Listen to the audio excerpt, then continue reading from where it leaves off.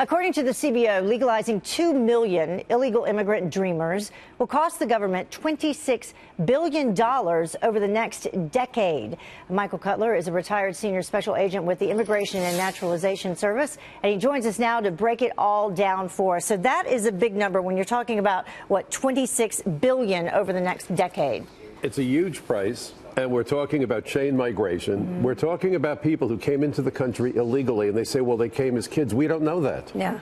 The age cutoff was 31 back in 2012. Now these folks could be in their mid-30s. There were no interviews. There were no field investigations. How do you verify who they are? And we've seen members of MS-13 among them. Right. And if they get citizenship, they could bring in all of their brothers and sisters and their extended families. I've seen one person bring in 30 or 40 immigrants. Right. And we've seen, we've seen that the problems that is creating, not just economically. We take a look at those numbers just to bring them up for people so they can recognize it. $26 billion, that's how much they'll cost over the next decade. Between 11 and 12 million estimated illegal immigrants in the U.S. right now, and then 3.25 million estimated that qualify for the DREAM Act. So how do you get this under control? Well, you get it under control by not allowing this. And by the way, isn't it remarkable the A in DREAM Act is alien? If you dare use the word alien, you're accused of all sorts of things when, in fact, the term alien is part of the DREAM Act. Oh, that's a good point. I mean, think about it. And the term alien simply means any person not a citizen or national of the United States. The problem is that that word provides clarity to the debate.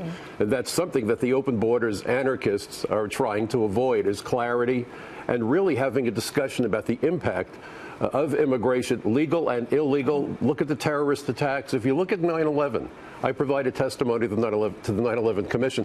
First and foremost, multiple failures of the immigration system were behind the attacks.